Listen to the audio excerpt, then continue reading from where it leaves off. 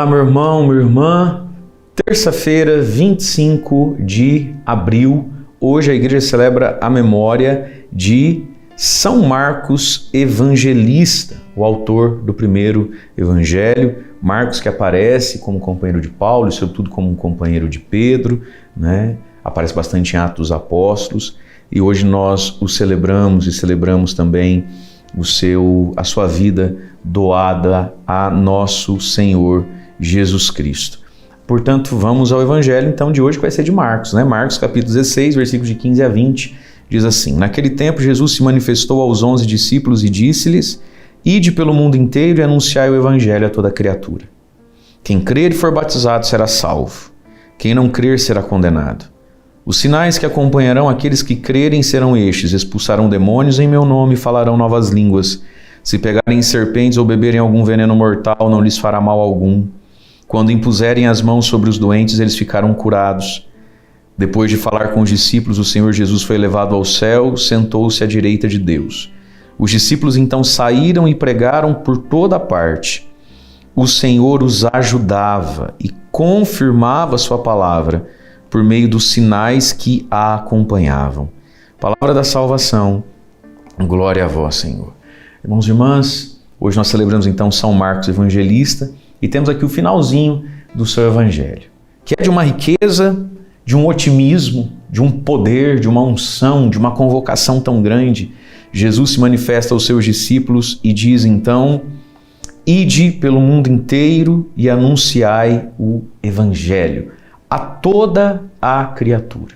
E aí o evangelho que nós ouvimos hoje aqui, há quem diga, alguns estudiosos, que não foi propriamente São Marcos que escreveu esse finalzinho, e que esse finalzinho foi colocado no evangelho de São Marcos vários anos depois, inclusive da morte dele, desse evangelho estar escrito, né, pela primeira comunidade que teve acesso a esse evangelho. Veja, isso de modo algum desmerece o que acabamos de ouvir, muito pelo contrário. Se é verdade, pode ser que sim, pode ser que não, que o Evangelho de Marcos termina antes disso aqui que a gente ouviu hoje, e que se permitiram colocar isso no Evangelho de Marcos, aquela primeira comunidade, então significa então que isso aqui que ouvimos era o que eles viviam, mesmo ali depois da morte dos apóstolos. Então isso aqui que a gente ouviu é ainda mais bonito, mais real e mais concreto. Porque se foi escrito depois e diz então, esses sinais acompanharão, só tem sentido escrever isso tão depois se esses sinais estivessem de verdade acompanhando. Porque às vezes a gente olha, né, para o Evangelho e acha que os portentos de Deus e de Cristo são lá para o início da igreja. Hoje em dia a gente não precisa mais dessas coisas para crer. Veja, meus irmãos, os carismas são instrumentos da evangelização. Como assim hoje a igreja não precisa desse poder, dessa unção, dessa capacidade que nós ouvimos aqui? Como que não precisa? O mundo nunca teve tão difícil. Se Deus deu esses recursos lá atrás, por que não nos dá hoje? Não nos daria hoje?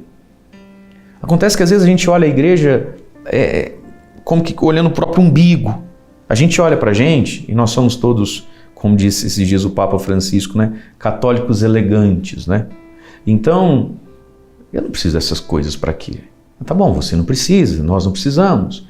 E nós vamos ficando, às vezes, nós os que não precisamos, uma igreja cada vez mais cansada, grisalha, obesa, velha, e o mundo se degradando. Os carismas são para a evangelização do mundo, dos infiéis, dos incrédulos. Então a gente às vezes olha essas coisas com desdém, mas não precisa dessas coisas para ter fé. Você não precisa, louvado seja Deus. Talvez nem os discípulos naquela altura precisariam falar novas línguas, curar doentes, expulsar demônios. Mas e toda a criatura às quais eles foram enviados não precisavam dessa unção do Espírito Santo? Veja, queridos, nós precisamos ser abertos ao Espírito Santo de Deus, aos dons do Espírito Santo, à força dos carismas, né? Nós somos instrumentos de Deus, então eu não posso olhar para Jesus só olhando assim, não, eu não preciso dessas coisas. Acontece que Jesus não é só para mim, Jesus é para ser através de mim, então através de mim que seja bem-vindo o Espírito Santo para fazer as suas obras.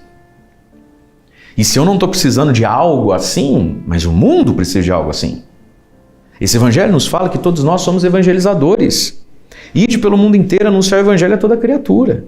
Quem crer, for batizado, será salvo. Quem não crer, será condenado. Então o ser humano ele sempre vai ser livre para crer ou não crer. A gente não é culpado por aquele que não crê. E aí fala de sinais que acompanharão os que crerem.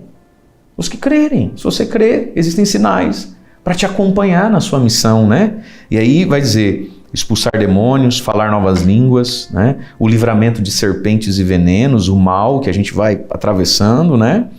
Impor as mãos sobre os doentes, ficaram curados.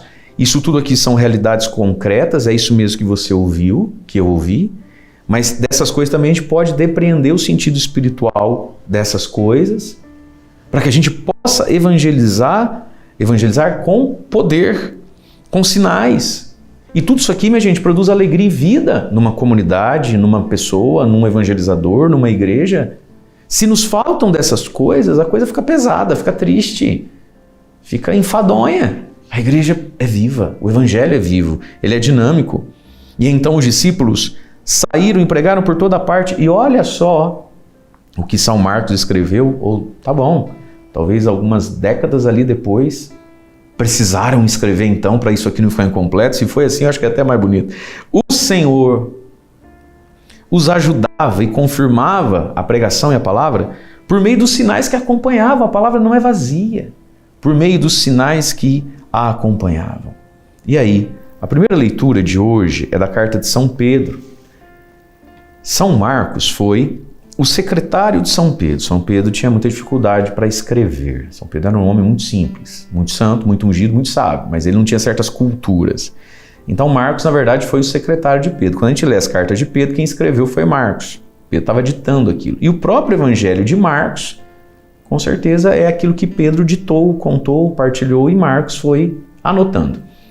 Então, a primeira leitura vai dizer: irmãos, rebaixai-vos humildemente sobre a poderosa mão de Deus, para que na hora oportuna Ele vos exalte. Porque a vida desse ir e caminhar com Jesus nessa vida aqui, às vezes a coisa é difícil, né? Então ele vai dizer: lançai sobre Ele toda a vossa preocupação, pois é Ele quem cuida de vós. Vai lá na sua Bíblia, acha lá rapidinho, corre, para o vídeo, acha lá, ó, 1 Pedro capítulo 5, versículo 7. 1 Pedro capítulo 5, versículo 7. Meu Deus, vou grifar de verde Palmeiras. Lançai sobre Ele toda a vossa preocupação, pois é Ele quem cuida de vós. E sede sóbrios e vigilantes. O vosso adversário, o diabo, rodeia como leão a rugir, procurando a quem devorar. Resisti-lhe firmes na fé, certos de que iguais sofrimentos atingem também vossos irmãos pelo mundo afora.